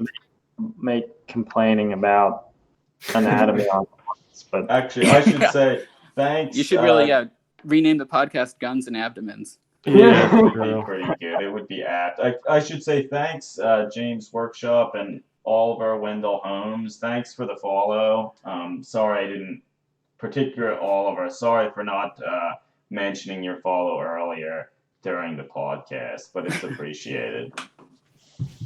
No, yeah, but I feel more recently, I think we started to do the streaming stuff and get more people on the podcast because we kind of realized that because of these various events and then the networking and the people we've met, like, you know what, like we might as well start talking with people like yourself, Isaac, because, you know, we're friends now and such. And like, I think a lot of us, like certainly myself, like we're kind of, we're outgoing and kind of shy and stuff by nature, that like it can be kind of hard to like start up conversations and stuff. But once you kind of get to know one another and stuff, like it becomes a lot easier. Totally. That in the podcast, like we had a shit ton of episodes of us just talking about new Games Workshop releases and making fun of how they didn't have abdomen. I've listened to them. Yeah, like always the same. Well, hell, we're like at like episode 65, so a lot of them, like the about 50 of those were. So it occurred to us that, you know what, like we should talk to other people, or at the very least get like Eli on to, or other people to complain with us. You need to find people who really like really big, exaggerated guns. That's true. We could have good discussions. They're out there. Yeah. They're out there. Or it would be more interesting to hear people who like really big feet. Yeah. Don't watch out with your internet searches as you try to find those people. Yeah, that's true. You probably want to. We're not going to try to find them. Maybe they'll find us. Yeah. Eli says here that he has a theory that Jonathan stole literally all of the extrovert personality from the Ink 28 community. Yeah, he is pretty outgoing. Yes, Yeah, that's great. Yeah. that's very true. I think. Well, Isaac, do you think you'll ever do anything with the orcs? Like you sketched a whole bunch of different orc variations that I loved because, Thanks. like when we started, I was the one that it was decided I would have the orcs. I love orcs, and I really appreciated your kind of experiment and like rethink about orc anatomy, and I thought that was great, and it would be neat to sometimes see some of that It would be be really explored fun. in model form. But I guess I've thought about it enough that I like put some kits and bits in a shopping cart online, oh boy, but It's getting there. I didn't pull the trigger because I had decided to prioritize other projects. yeah, it's fair. And wasn't sure if I wanted to try to totally scratch sculpt them or convert them. Yeah. But yeah, I mean, I loved the old Rogue Trader era orc book, Wog the Orcs. Mm-hmm. Have you ever seen that? I don't know if I have actually. It's totally worth, if you can find it on eBay, or I think you can probably find scans of it online. It's Wog the Orcs. It's like, was kind of when they first codified so much of the orc background. Yeah. A lot has changed, but like that's when clans were introduced. Were they fungi at that time? They were. Okay. But beautiful artwork. All these like Paul Bonner did a lot of Oh illustrations in yeah, it. lots and lots of the older stuff. And like that's when like the orcs, before orcs got really muscular, where they're kind of like pathetic. I mean, is a word that gets thrown around a lot, but also like, I don't know, peaceful at the same time in their orcishness. Like I loved that book as a kid. We'll have to look for it. Actually, Eli, you mentioned about the Dark Angels. The Dark Angels, they were my army. For some I was reason. never Dark Angels, Eli. I was orcs because when we bought the second edition box game, it was like, all right, somebody's getting the Space Marines, and I don't know how it was decided. It was Eric, and I got the orcs, and then it's like, shit, we need to get something for Adam, and he eventually got Imperial Guard. And I feel like it was arbitrarily chosen. Such is your lot in life. Yeah. You don't choose to be an orc, right? No, it's true. It's true. I feel like there's a lot of different directions you can go with orcs, but I always struggled. Like I had a lot of orcs as a kid, and I was really into Gorka Morka and like really it's like the best game. It's so fun, and I made crazy vehicles and like a Stompa and everything. Oh damn! Yeah, that was the first GW game that I feel we actually played. Like we got the second edition thing. We were young and stupid and pushed models around and thought up stuff and rolled dice, but didn't know the rules. But when Gorka Morka came out, like we got it, and like I remember we got it. It was like a Christmas gift from parents, and I remember sitting down at home and like reading the book, and it was like this weird revelation. Like that's how ballistic skill works. Like you just subtract it from 7, and it's just like that shit was always there, or at least since second edition. But that's so funny. I actually read it. I definitely did a lot of like pretend play before I did real play. Yeah. So we did a lot of that. But then like Gorka Morka was the time that's like, you know what? Like I'm gonna read this and we're gonna actually play it. Yeah, so that was lots of good memories. Eli, 30K Dark Angels army. But me with that was just the one Forge World 30K Dark Angel Captain model we made fun of for a while. And on this stream, I was like, I should get some and send them to people as a joke. That's all what that was. We've sent one of them out so far. Other people will eventually get the others. Who knows who? Yeah. We don't know yet. That's some of my circa 1997 Gorka Morka orcs. Hell yeah, some of them are great. You can see I've liked turquoise and rust for a long time. Yeah. But my painting has improved a little bit. Oh. We could consider doing a special episode on the podcast about Gorka Morka. Yeah, That would be That would make fun. sense. That would be fun. It was a really fun game, and it was like kind of important. It like introduced. I think like that was right when Brian Nelson started sculpting orcs too. Oh yeah, that's true. It's true. He did all the knobs and stuff. Mm-hmm. And before that, he did some Gretchen. of like He the did like metal Gretchen for Gorka. Yeah. Like the best thing. Mm-hmm. They're so great. Well, so he sculpted the like original Red Gobo. Yeah. And the new holiday ones is nice, but it's not the. No. It doesn't hold have a the candle same to. character. I will say his proportions and stuff are probably more believable. Yep. But like, That's not a grot. Like the grots are all about fists like bigger than their heads, and they're so weird, and these like huge toothy grands and whatnot. Yeah, I loved. I was actually into fantasy too, and my big thing was like when I was in like 5th grade, probably, so pretty little, was night goblins. Mm-hmm. And like I remember just like obsessively copying the artwork of night goblins in like the old Warhammer Fantasy book, and like drawing copies of like John Blanche night goblin drawings, and That's great. they're such great fun designs. That's great. One thing, this is something that we had been talking about in like the last stream or two. Like we got a box of the newer Bone Reaper like infantry models, and we're soon gonna start sending like people like just one of the single Bone Reaper models to try to convert them into something, preferably like an Eldar model. Would you be interested in like? Yeah, totally. Like we'll just send it to you for free and see what you can do with it, because I feel they're interesting models that, particularly your ability to extend models and make them taller and stuff, I think would work really well for making. And yeah, I always thought it'd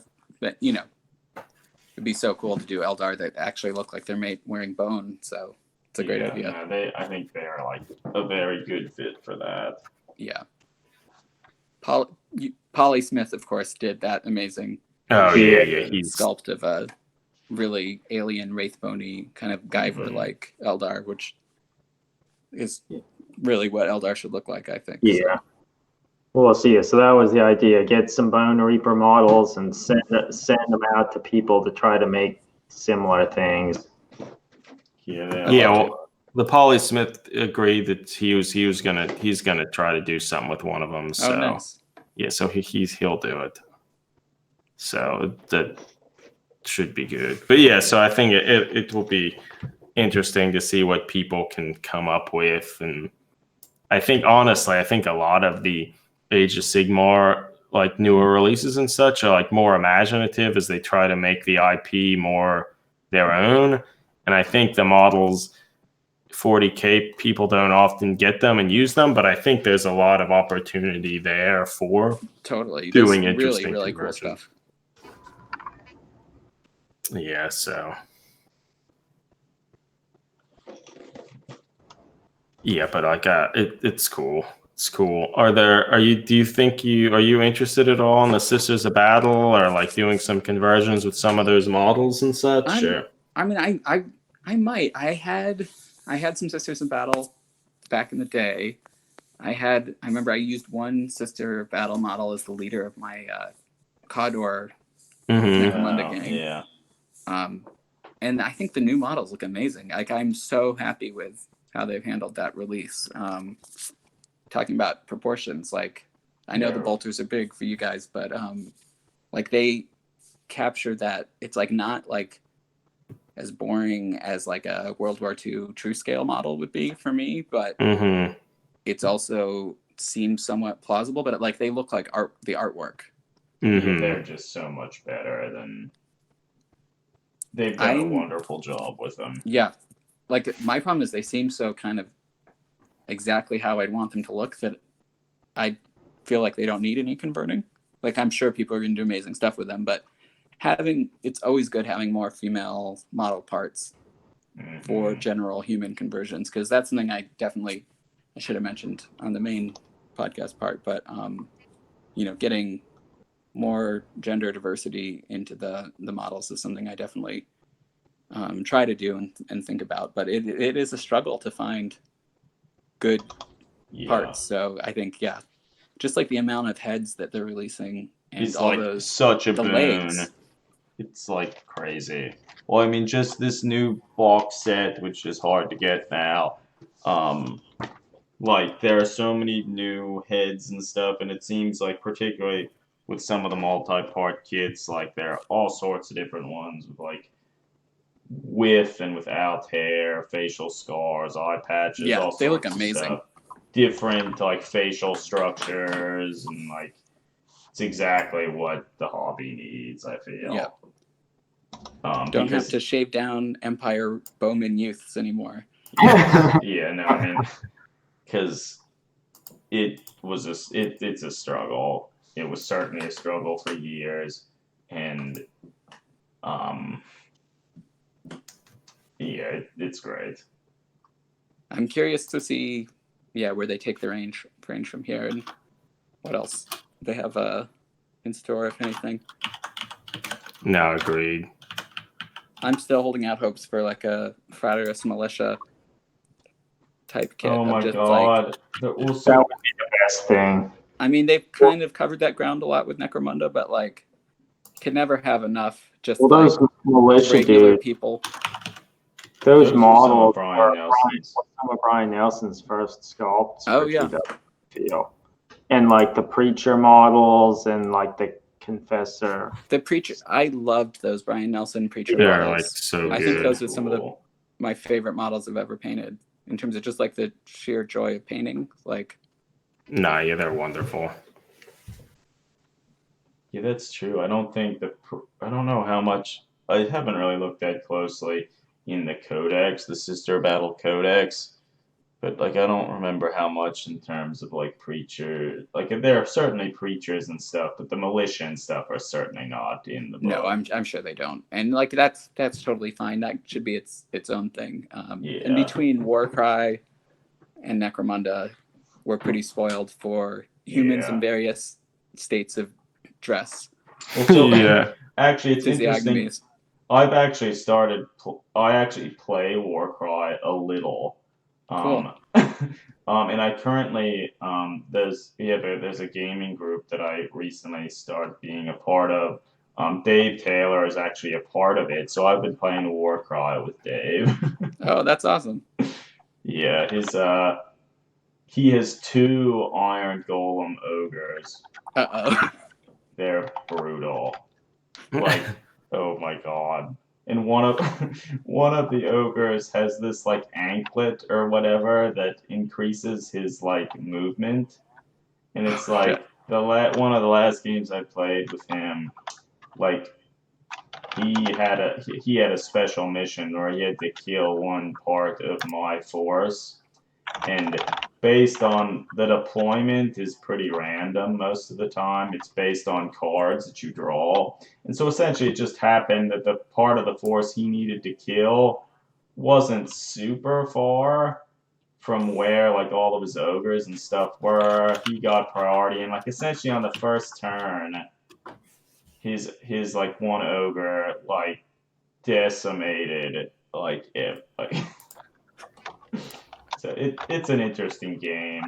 I think that the deployment and like how you set up the terrain and the missions I think is kind of interesting and neat, but it can, since some of it is sort of random, it can result in some pretty quick and kind of stupid games. Sure. But then at the same time, it can also add like really interesting ones where like, oh, like there's like this twist where like you're fighting in like a muddy like swamp area, then like almost like no one can really move around, and like all the games are short, and like so it's fun. You mean like a Swamp of Sadness, perhaps? Yeah.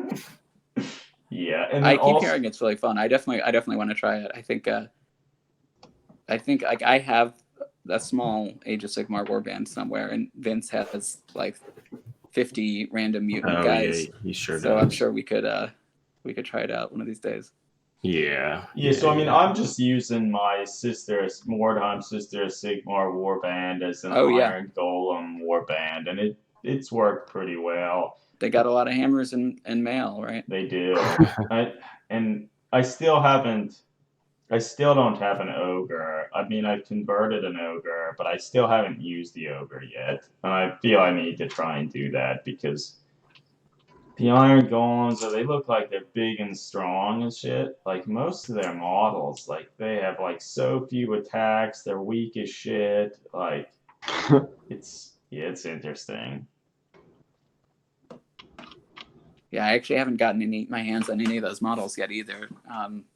But I was like, having almost bought many of the boxes and couldn't decide which ones to get. So Some of them, like, the proportions are they're a lot better than a lot of other, like, their feet are still too big, but, like, most of the rest just, like, really good. And, like, if you wanted to just have sort of like a basic foundation for, like, humans and stuff for conversions, like, they're very good for that.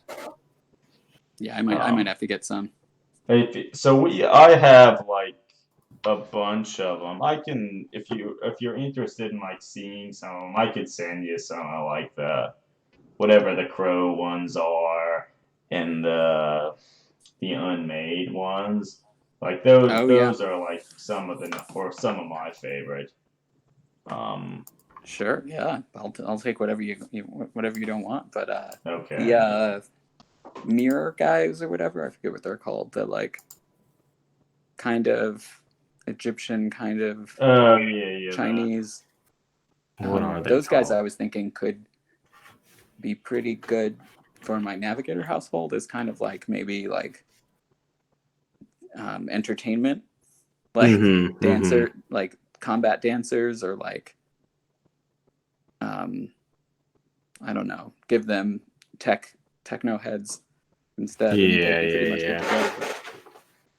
Vox says that the unmade are the unmade are the best, I think. No, they're my favorite too. Yeah.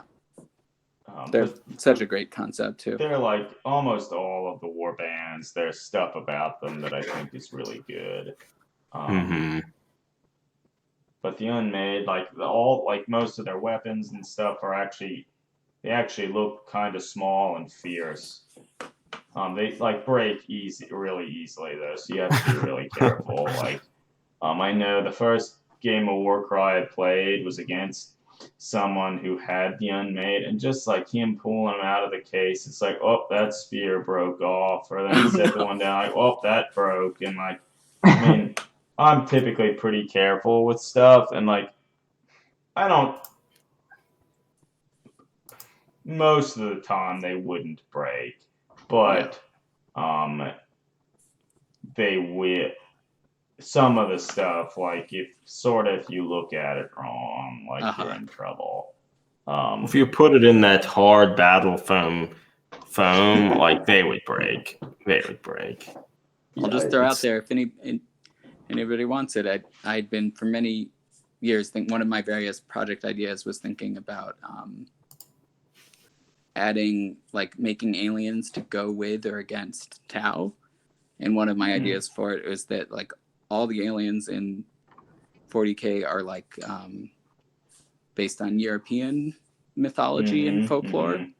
And so then it could be fun if you were going to bring in like Asian folklore, specifically like Japanese folklore analogs, then they could like be in opposition or as vassal races for the Tau. And so I was wanted to make like Tengu type aliens, who are like the Japanese like crow goblins.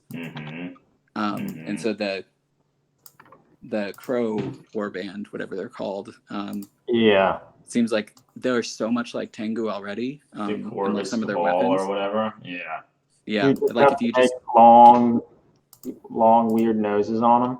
Exactly. That could be a really cool alien. That's cool. I'll never do it, but so if anybody wants to, go for it. Also, next year we should come up with some. It can, even if it's small, some small collaborative project work work on, or like maybe I'll make a model to send to you that you can paint or something. We'll Yeah, you need to make a model, a navigator. We need to make a Yeah, navigator. that's a good idea. Yeah, I'd love to see your take on it. And I guess anyone in this chat that would be interested in doing the Bone Reaper turn into Eldar challenge, like if any of you are interested in, like you can contact us via our blog email address, which is on our blog, or through Instagram or something. Like, we'll send you a model. You can all be part if you want to be part. But yeah.